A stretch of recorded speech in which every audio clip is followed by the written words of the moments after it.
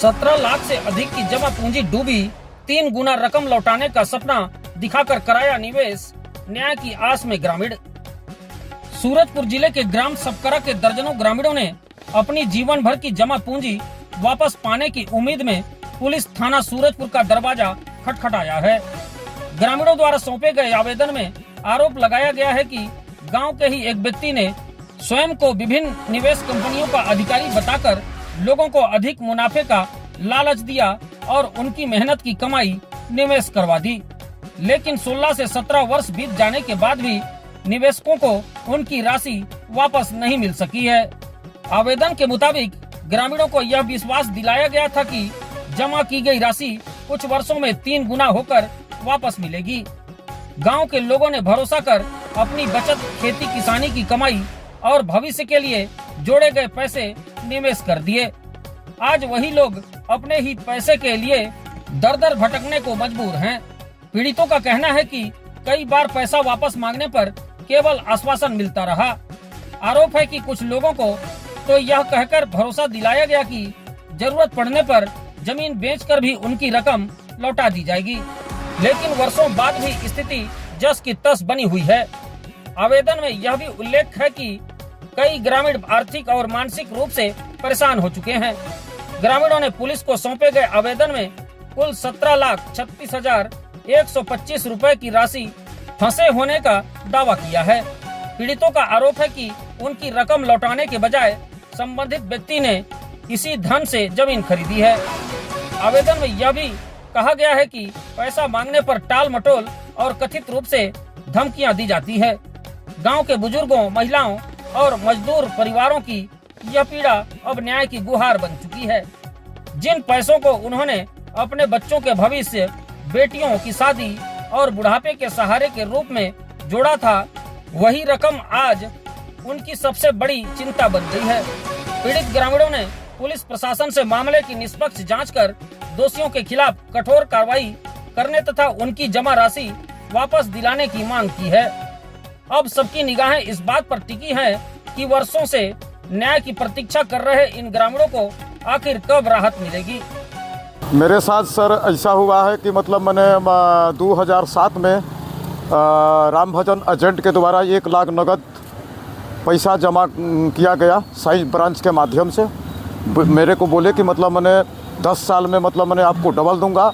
आज 2007 का जमा किया हुआ है और मतलब मैंने आज 2026 आ गया है, जिसमें से मतलब मैंने मांगने पर भी मतलब मैंने वो इनकार करता है, बोलता है कि कंपनी डूब गया तो हम कहाँ से दें। तो इसलिए हम लोग आए हैं कि मतलब मैंने हम लोग को कम से कम जो डबल टिबल ना मिले, लेकिन कम से कम मूर को मतलब मैंने दिया जाए, जो कि गरीब अपना जीवन यापन कर सके। मैं थाना में आया हूँ। ये मामला है कि मैं राम भजन के पास मैं पैसा जमा किया था बीएम गोल्ड में हैं, और उसको मांगने से वो नहीं देता है, कहते हैं कि शासन देगा। हाँ, इसलिए मैं यहाँ थाना में आया हूँ। बहुत आदमी है, मैं उतना जान नहीं पा रहा हूँ कि इतना आदमी है, बाकी बहुत हैं। दोबारा तिबारा मैंने ब्याज मिलेगा ऐसे कह के ग्रामीण बैंक में मोर मानी में था और जयनगर में था, दोनों को निकलवा के वो अपन बीएम गोल्ड में डाल दिया। अब मेरे को पता नहीं है कि कहाँ है वो बीएम गोल्ड। सर हम लोग यही मामला लेके आए हैं कि राम भजन जी पैसा ले लिया, आज दूंगा कल दूंगा, मतलब हम तो गरीब में से हैं। लिया है मतलब 1-2 लाख लिया है, वो 2007-5 से कि 7 से लिया है ना। और लेते लेते हम लोग गरीब मतलब 1,000, 2,000, 4,000, 10,000 करके मतलब घर जुटाते थे। महीना पूरता आके मतलब 2 मेरा CMD पूर रहा है, मोरे ये डूब रहा है, इसे कर रहा है, 5-15 मतलब ले रहा है।